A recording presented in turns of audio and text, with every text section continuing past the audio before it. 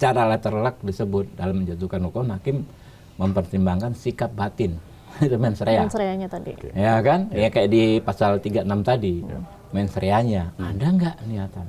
Nah, ini 3 pasal ini paling relevan dengan persoalan dihadapi aktivis-aktivis politik nih.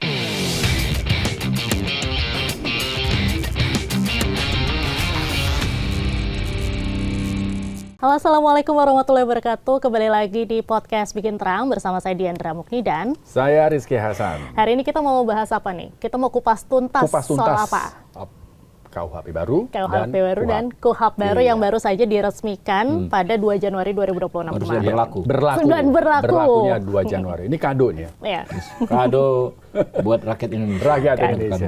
Nah, kita sekarang sudah kedatangan tamu spesial yang akan menjelaskan langsung kupas tuntas KUHP dan KUHP baru. Ada Pak Habibur Rahman, Ketua Komisi 3 DPR RI. Terima kasih sudah datang ke Bikin Terang, Pak. Dan semoga nanti semua pembahasan ini bisa menjadi lebih terang gitu ya. Dengan ini bisa. Pertanyaan pertama nih, di KUHP baru pasal 402, nikah siri bisa dipidana, benar nggak? Ya, pertama saya jelasin itu pasal yang diambil dari KUHP lama, 279. Jadi bukan lama. 279 bukan ujuk-ujuk ada ya, Pak? Ya. Cuma juga bukan larang nikah siri namanya. Nanti kita bahas ya. Oke. Tapi menurut saya nih, Rizky Diandra, sebelum membahas pasal demi pasal yang nanti disebut kontroversi, kita bicara sistematikanya dulu. Ya, bicara dasarnya. KUHP ini kan kitab, ada buku-bukunya. Buku pertama kan tentang aturan umum. Oke. Lalu buku kedua tentang perbuatan pidana.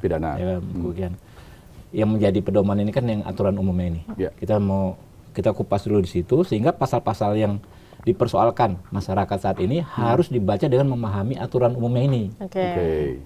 Cara pemahamannya seperti itu. Nah, ada 3 ketentuan dalam aturan umum ini yang sangat revolusioner. Ya, revolusioner itu artinya perubahan yang sangat baik daripada aturan KUHP yang made in kolonial. Ya kan? Ada 3 hukum KUHP kolonial, yang namanya kolonial, ya kan ya.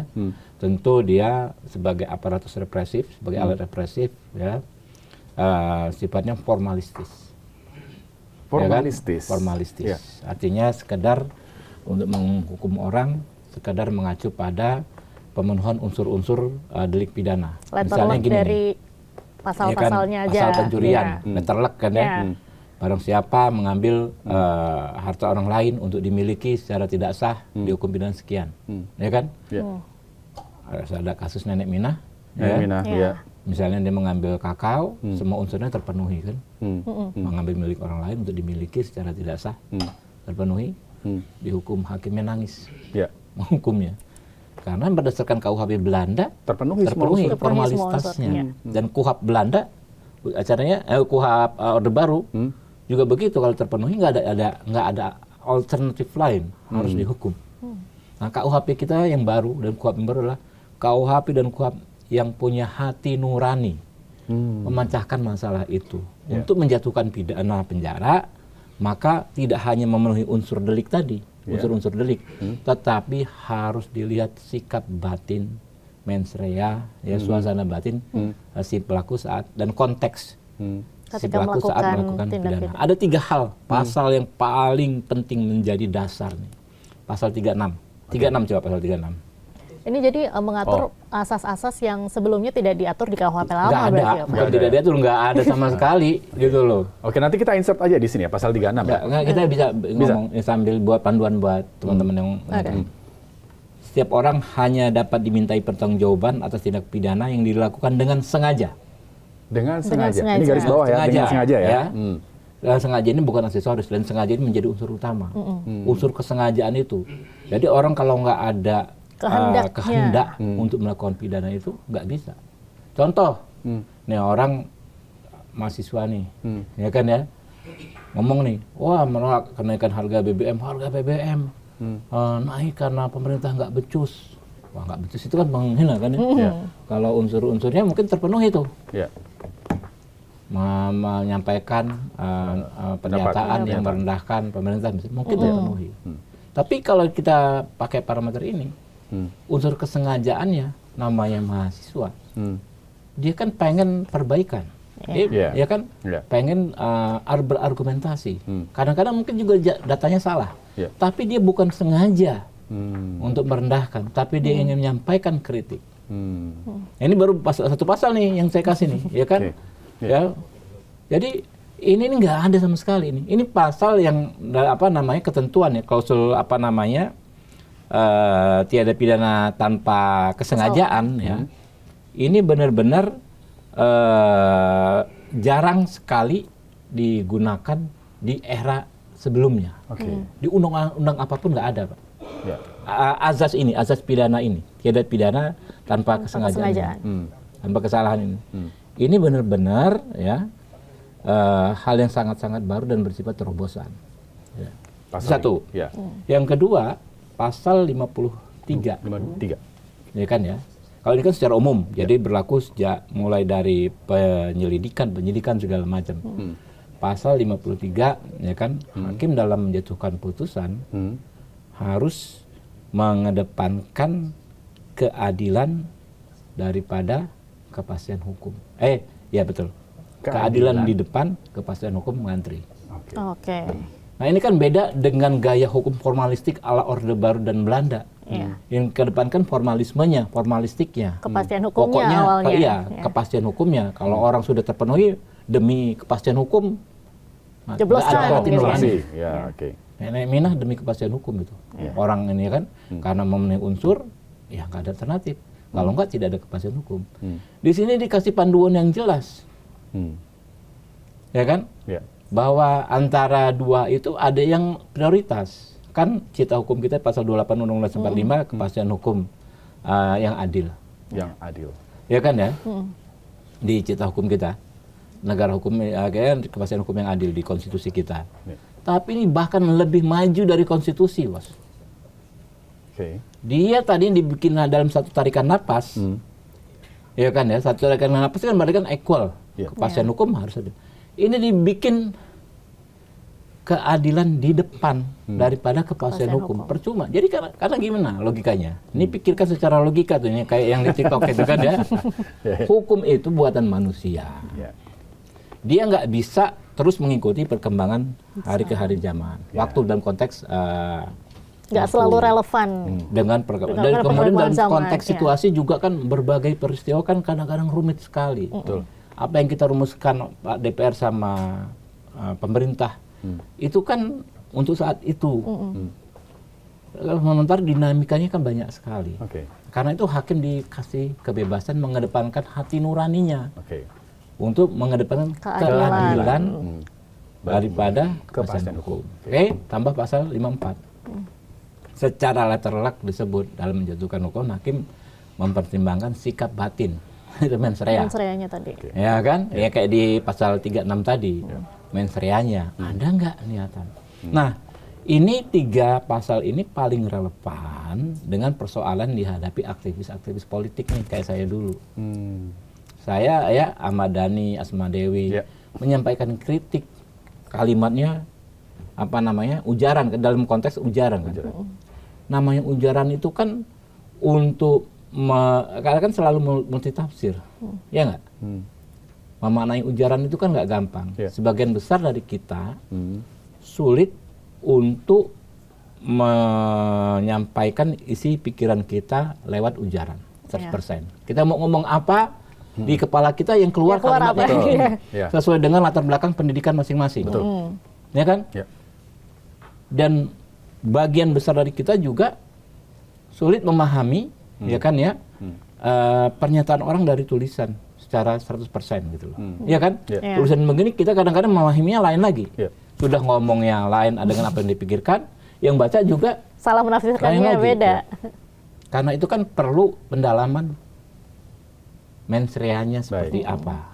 Nah, ini yang apa namanya menurut saya sangat relevan dengan pasal-pasal yang disebut kontroversi karena sebagian besar adalah terkait dengan ujaran, penghinaan presiden, penghinaan lembaga negara, macam-macam lah ya kan, penghinaan yang kawan katanya menghina kawan di sebut anjing itu bisa dipidana, itu padahal kan ketentuan pasal lama gitu kan, ya kan ya. Tapi di KUHP lama nggak ada 3 pasal yang saya sebut tadi. Oke. Nah, saya garis bawah itu Bang, mens rea gitu ya. Tidak ada niat jahat. Ini bukannya nanti akan jadi senjata ketika orang misalnya, let's say, aduh saya nggak punya uang nih, mau beli susu anak saya. Akhirnya dia melakukan pencurian begitu. Nggak ada niat, saya nggak ada niat jahat, hanya untuk memenuhi kebutuhan susu anak saya ini nggak bisa minum susu gitu. Itu kan jadi alibi nanti Bang. Ya itu dia. Makanya disitulah hati nurani yang bisa kita kasih kebebasan hakim yang untuk menyimpulkannya kalau di situ. Tapi sebetulnya namanya penegak hukum ya harus bisa menyimpulkan pada akhirnya.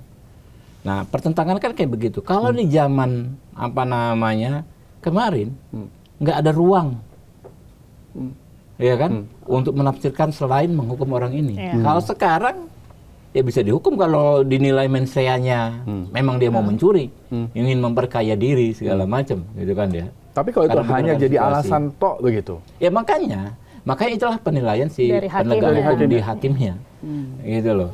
Tadinya kan nggak ada ruang itu, Bos. Nggak ada ruang itu, nggak ada ruang untuk selain menjatuhkan hukuman, gitu kan. Sekarang ada ruang bagi hati nurani itu ada dibuka, gitu loh. Nah inilah terobosan di KUHP baru. Kita lengkapi, kalau KUHP baru ini kan saya cuman 2-3 pasal terlibat dalam perumusannya, ya kan? Karena kan produk DPR sebelumnya dibahas sebentar di periode saya yang periode lalu, baru disahkan. Kalau KUHP, nah itu memang 100% saya terlibat. Baik. Dan di KUHP kita ada restoratif justice. Satu bab sendiri, Bos. Ya kan? Ada plea bargain, permaafan, ya kan? Restorasi justice. Lengkap, saling melengkapi. Nah, jadilah inilah yang akhirnya membuat kasus-kasus yang dikhawatirkan orang dan sudah pernah terjadi tidak akan terulang lagi. Menurut saya penegakan hukum yang sewenang-wenang tidak akan terjadi kalau KUHP baru dan KUHP baru ditegakkan secara utuh. Tapi menurut DPR sendiri ini perbaikan di KUHP baru dan juga KUHP baru ini sudah menjawab kritikan dari yang sebelumnya seperti dari KUHP kolonial dan juga KUHP. Ya pasti dong. Ya Anda bayangkan kita masukkan di dalam satu buku sendiri dasarnya yang kita rombak itu bukan sekedar di pasal-pasalnya, tetapi di pondasinya kita rombak, kita insert 3 aturan dasar itu. Nah balik lagi ngomongin mens rea gitu ya. Ini bicara soal komika yang kemarin dengan judul mens rea gitu ya. Ada yang disebut, itu ujaran kebencian, menghina wapres gitu ya. Itu masuk nggak itu? Ya itu dia. Makanya kan ini sangat relevan. Lagi-lagi kembali ke pasal yang tadi. Menurut saya, ini saya kebetulan, disertasi saya itu adalah penyelesaian restoratif justice dalam tindak pidana ujaran kebencian. Ya kan ya? Nah, seperti masuk ujaran kebencian atau enggak, ya kan? Ya tinggal dinilai. Dia kan ingin menyampaikan kritik, ya kan ya? Ingin menyampaikan perbaikan, ya kan ya? Yang dia sampaikan kan ada argumentasinya, ya kan?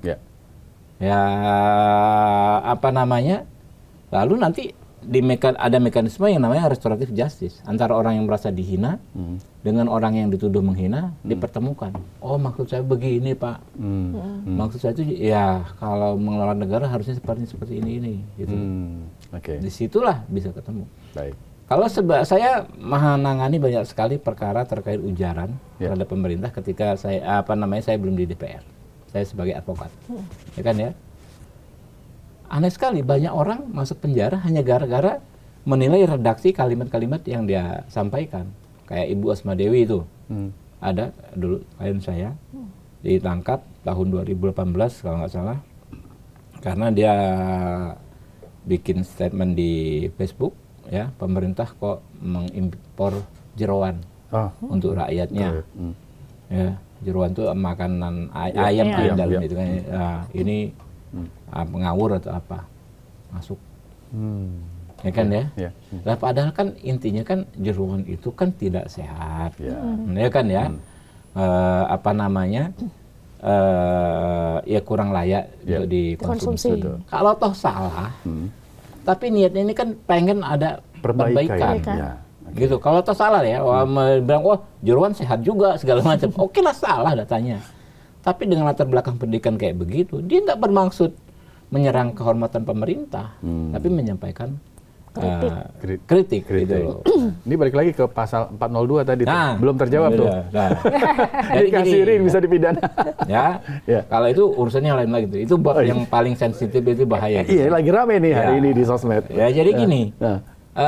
Itu pasal sebetulnya adopsi dari pasal 279 di KUHP lama. KUHP lama. Kalau ini yang 402 ya, yang 402. Oke. Nah itu gimana tuh, Bang, keterangannya? Ya, baca aja dulu, coba dibaca dulu pasalnya. Bentar. Ada nggak larangan nikasiri?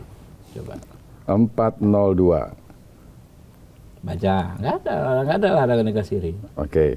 Nah itu kan sempat ramai. Walaupun ini berarti saya mau nikasiri ya. Istri saya harus dan anak perempuan saya ini harus dengar nih. Ya kan? Jadi ya kan? isunya membatasi gitu kan, seolah-olah membatasi perkawinan apabila terdapat halangan yang sah menurut undang-undang perkawinan. Ya kan? Melangsungkan perkawinan. Ya. Padahal diketahui bahwa perkawinan yang ada menjadi penghalang yang sah untuk melangsungkan perkawinan tersebut. Artinya orang yang sudah kawin, ya kan ya, ada halangan untuk menikah lagi. Ya. Tapi dia nggak ngomong, gitu loh kan. Nggak ngomong ini maksudnya nggak ngomong ke siapa? Nggak ngomong, nggak speak up, nggak kasih tahu identitas, disembunyikan. Dia tidak declare bahwa nggak declare. Oke, ya. Kan nggak boleh. Ini gampang aja. Jangan kita ngomong poligami deh. Ya. Poliandri misalnya, seorang istri, ya kan, orang yang berstatus istri Mr. A menikah dengan Mr. B, nggak ngomong bahwa pernikahan dia dengan Mr. A belum berakhir. Kan halangan menikah. Iya. Itu kan paling gampang sebetulnya. Ini kayak kasus banyak artis ya. Iya kan? Kayak begitu. Nggak ngomong gitu loh. Begitu juga sebaliknya yang pasangannya kalau dia tahu bahwa orang yang akan menikah ini masih istri orang, dia juga dikenakan pidana ini. Selama dia declare, nggak ada masalah dong? Bukan. Bukan persoalan declare nggak declare. Selama gitu loh. Tidak ada halangannya. Halangannya itu gitu loh. Apalagi kalau disembunyikan gitu loh. Kalau disembunyikan ini ya ada dua kualifikasinya lah gitu kan ya. Jadi yang jelas nggak boleh menikah kalau ada halangan.